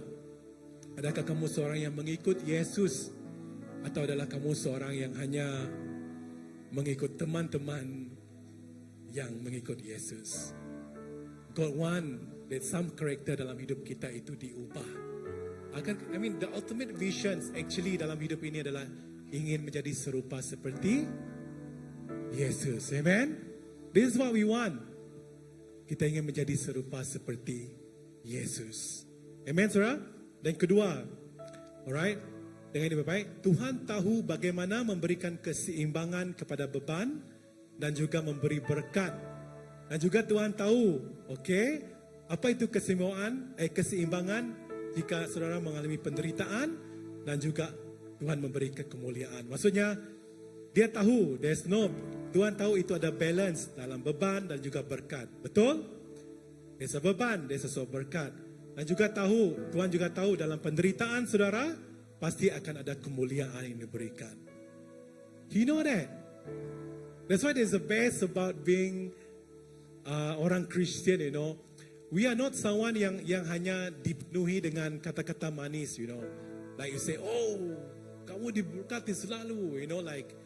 Then there's sometimes that we preach gospel, kita memberitakan Injil, tapi kita tidak memberitakan Injil secara penuh. Injil secara penuh, saudara, is include penderitaan. Seperti mana Yesus, we want to be like Kristus. Tetapi, saudara, seperti yang saya katakan tadi, Tuhan tahu di dalam beban saudara pasti ada berkat. Amen. Dalam penderitaan saudara pasti ada kemuliaan. Wow. Amazing, right? God know. Dan Tuhan punya rancangan yang sebenarnya. Last kali. This is the best one. Di dalam Tuhan, di dalam Yesus, kita sentiasa dapat berehat. Kita dapat berehat di dalam hadirat Tuhan. Kita dapat berehat di dalam mengetahui bahwa Tuhan itu mengasihi saudara. Kita dapat berehat bahwa Tuhan itu ada bagi saudara. Wow. We can have a rest. Semua katakan rest. Katakan pada orang sebelah kiri kanan saudara, kamu boleh berehat. You have a rest. Amen. Rest saudara. We can have that. You know. Walaupun kita mungkin tidak dapat memiliki apa yang kita ingini, betul? Atau kita mungkin gagal di dalam perancangan kita. Kita mungkin punya masalah yang berat. Tetapi, one thing that is for sure, kita dapat berlari ke tata kasih karunia Tuhan. Kita dapat berlari kepada rancangan dan datang kepada Tuhan dan berehat di dalam Dia. Sebab hanya di dalam Yesus saja, saudara, hidup kita akan dipuaskan. Hanya di dalam Tuhan Yesus kita akan punya kecukupan. Amen. There's nothing else. But hanya di dalam Yesus, di dalam Kristus kita dipuaskan. Dan sebab itu Paulus katakan, only by His grace, hanya dalam Tuhan, kasih karunia Tuhan, dia dipuaskan, dia dipenuhkan. Walaupun mungkin ada persoalan yang kita tidak faham. You know, seperti mana saya katakan tadi, Daud berdoa. Dia berdoa agar anak dia disembuhkan. Tetapi Tuhan tidak menyembuhkan anak dia. Strange, like why Tuhan? Betul? Dan kita lihat Musa, Moses. Dia yang menjadi ketua, you know, like sepatutnya dia yang boleh pergi ke tanah Kanaan dahulu. Padahal Tuhan katakan, tidak, kamu tidak akan menyeberangi tanah Kanaan. You're gonna die here, stay here. Like, why go, you know? Like, why? But then after that, you know, kalau kamu baca seterusnya, Moses terus mengerjakan, you know, like, keajaiban kuasa Tuhan, menyaksikan.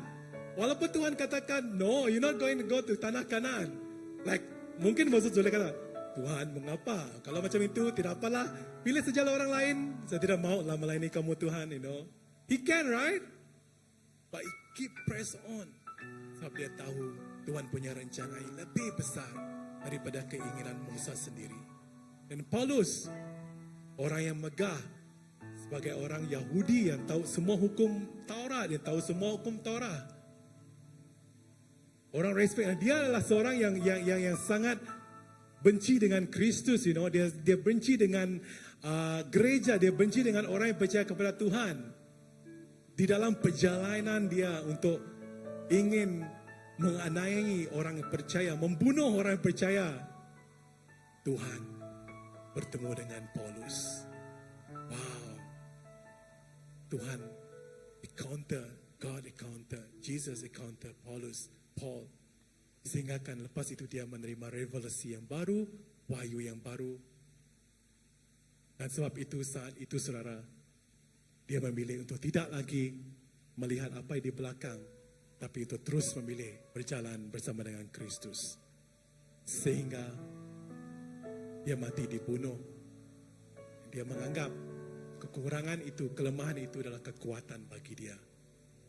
Wow, itu adalah satu kebanggaan. Dan saya berdoa saudara, saya tidak tahu bagaimana situasi saudara pada hari ini. Mungkin saudara, kita mungkin berdiri, right? Mungkin saudara mengalami pergumulan, alright, dalam hidup saudara. Mungkin saudara, like, hey God, I've been praying for this. Saya selalu berdoa, saya sudah berdoa Tuhan, tapi, saya belum terima lagi. Tuhan, apakah, what do you want? And you struggle with that. Mungkin kamu katakan, Tuhan, I've been like doing, saya sudah buat, saya sudah kerjakan apa yang kamu mahu dalam hidup saya Tuhan. Tapi mengapa, these things still masih lagi like mengongkong, masih lagi memberi pergumulan bagi saya. Mungkin saya tidak tahu. Tapi apa yang pasti, rancangan Tuhan itu tetap ada. Dan dia tetap masih ada bersama dengan kita, saudara. Amen. Thank you, Jesus. Thank you, Lord. Bila ku buka mataku, Amen. dan lihat wajahmu, Jesus. ku terkagum. Bila Yes, Lord. ku lihat hidupku dan karya tanganmu, Yes, Lord. ku tersanjung karena Amen. semua yang baik dalam hidupku, Yes, Lord. itulah karyamu. Amen. Kau beri kesempatan yang baru, dan ku ingin mengenalmu Tuhan, lebih dalam dari semua yang ku kenal. Tiada kasih yang melebihimu, ku ada untuk menjadi penyembahmu.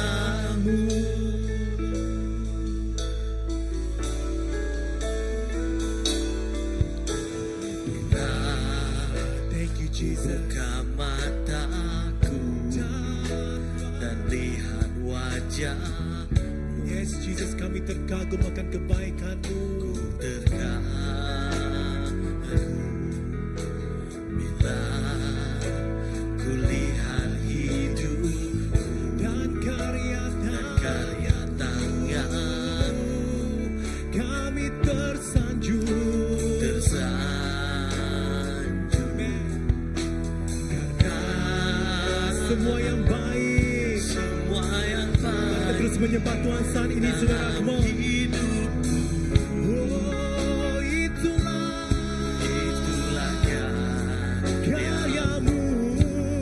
Kau beri kesempatan yang baru, dan ku ingin mengenalmu Tuhan, lebih dalam dari semua yang ku kenal.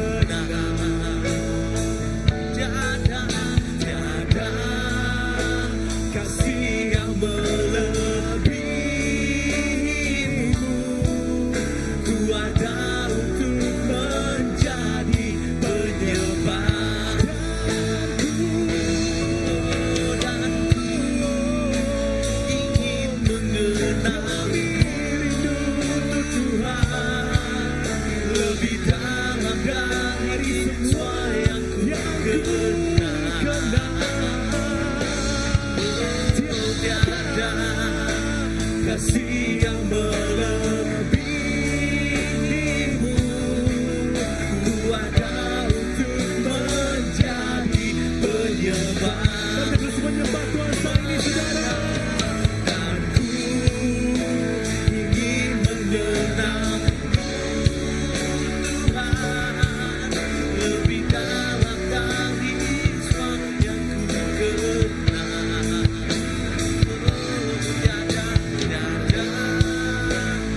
siang melebihimu. Ku ada untuk menjadi penyembah.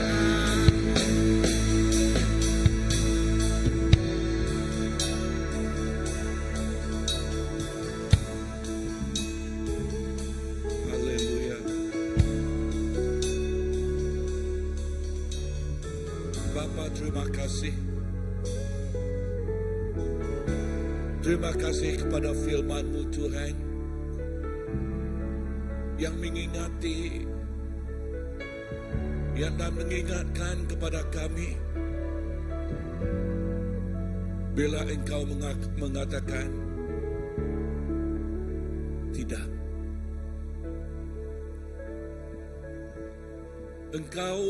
Sebab Engkau mempunyai rencana yang lagi indah, yang lebih lagi indah,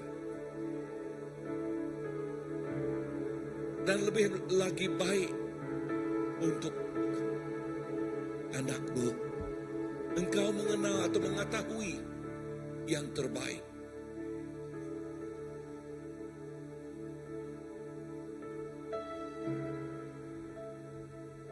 Dan yang terbaik itu yang telah Engkau sediakan. Yang terindah itu yang Engkau telah sediakan. Tetapi Engkau juga mengetahui kelemahan kami. Sebab itu Paulus mengatakan, kasih-Ku sudah cukup untuk Engkau. My grace is sufficient for you. Bengkali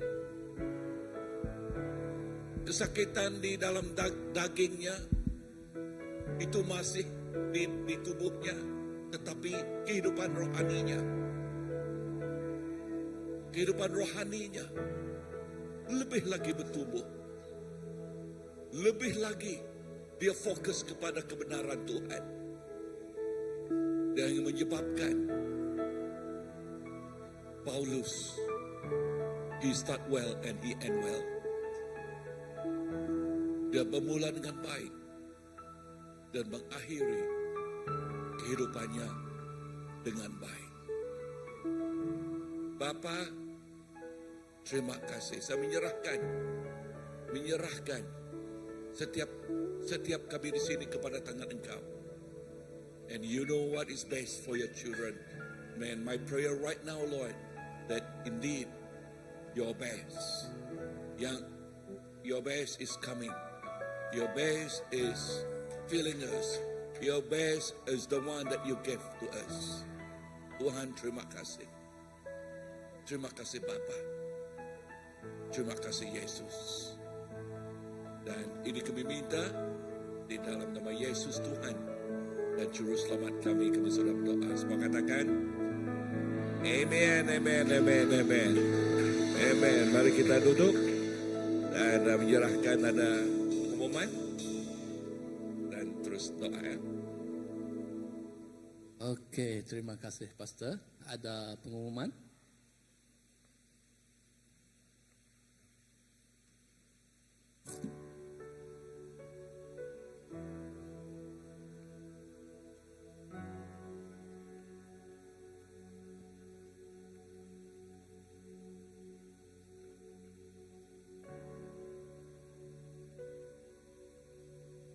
Ya, ini pengumuman berkaitan dengan anniversary kita, anniversary gereja CBC yang ke-25 tahunnya tertubuhnya CBC, di mana program ataupun anniversary ini kita adakan secara dinner di New Chief Delicious Restaurant pada 21 Jun 2025 jam 6 pagi.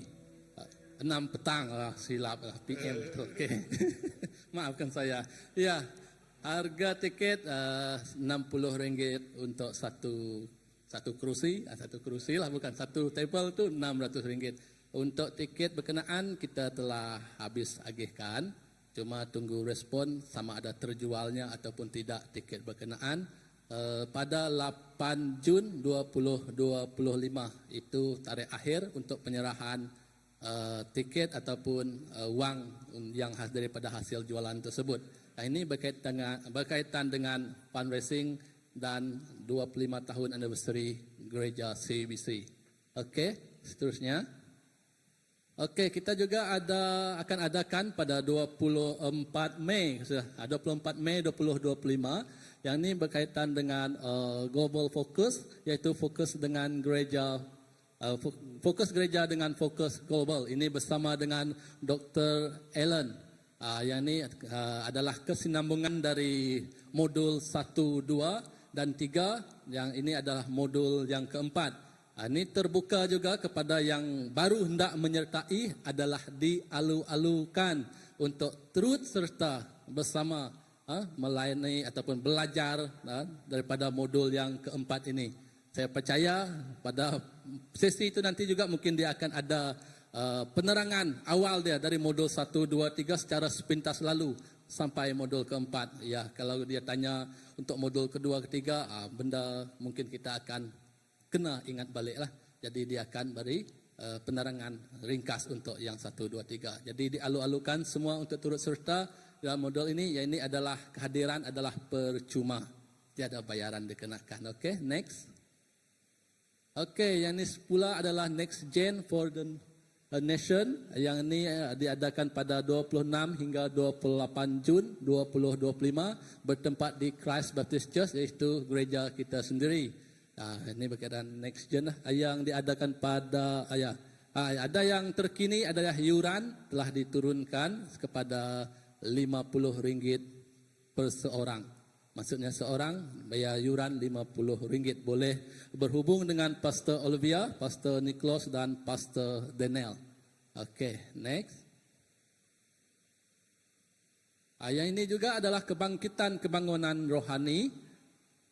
Tiada yang mustahil, bersama dengan Pendeta Domingus dan Pastor Graman bertempat di iaitu Persatuan Klan bahagian ketiga, ke-6 dan ke-7 Sarawak. Ini di Kapit, Pastor Sibu. Ya, ini di Sibu pada 25, 26 dan 26 sebelah malamnya. Ya, dia ada tertera di sinilah untuk yang masa program tersebut, kebangkitan tersebut. Okey, seterusnya persekutuan doa dan komersial. Persekutuan doa pada setiap Rabu di gereja jam 8 malam hingga habisnya lah. Dan seterusnya ada host group. Bagi yang tiada host group boleh berjumpa dengan pihak pengurusan gereja untuk bertanyakan, berkerinduan untuk masuk dalam host group. Kalau tidak ada house group, kan semua house group adalah berbahasa Iban. Kalau ingin mewujudkan house group bahasa Malaysia, ya boleh berbincang dulu dengan pihak gereja. Mungkin kita akan fikirkan. Okey, yang itu untuk yang house group. House group ni terpulang kepada ketua house group masing-masing untuk mengadakan house group. Okey, seterusnya. Okey, itu saja pengumuman kita pada petang hari ini. Mari kita berdoa untuk supaya kita selamat dan balik dan selamat dalam segalanya. Mari kita berdoa. Tuhan Bapa kami di surga, terima kasih Tuhan Yesus untuk pada petang hari ini Engkau telah mengurapi kami, Engkau telah memberi kami Tuhan makanan rohani yang cukup baik Tuhan. Bahwa Tuhan kami akan terus percaya kepadamu. Kami akan terus Tuhan melihatmu. Dan kami akan terus berpegang bertaut padamu. Kerana Tuhan Engkaulah sumber segala-galanya. Kami percaya Tuhan. Dalam segenap apa yang kami inginkan sekalipun Bapa, tidak semestinya kami memilikinya Tuhan. Kerana rencanamu lebih besar lagi Tuhan daripada keinginan kami Bapa. Terus urapi kami. Terus bimbing kami. Terus jaga dan ajar kami Bapa.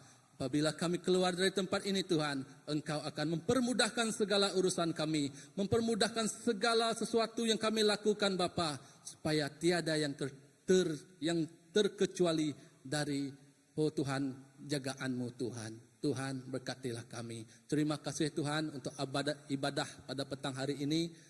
Bila kami balik dari tempat ini Tuhan, Engkau mengurapi, menjaga kami, supaya kami sampai dan selamat ke tempat yang kami tujui. Terima kasih Tuhan. Terima kasih Yesus. Di dalam nama anak-Mu Tuhan, Yesus Kristus selamat kami telah berdoa. Amin. Oke, Tuhan memberkati semua. Jumpa lagi minggu hadapan.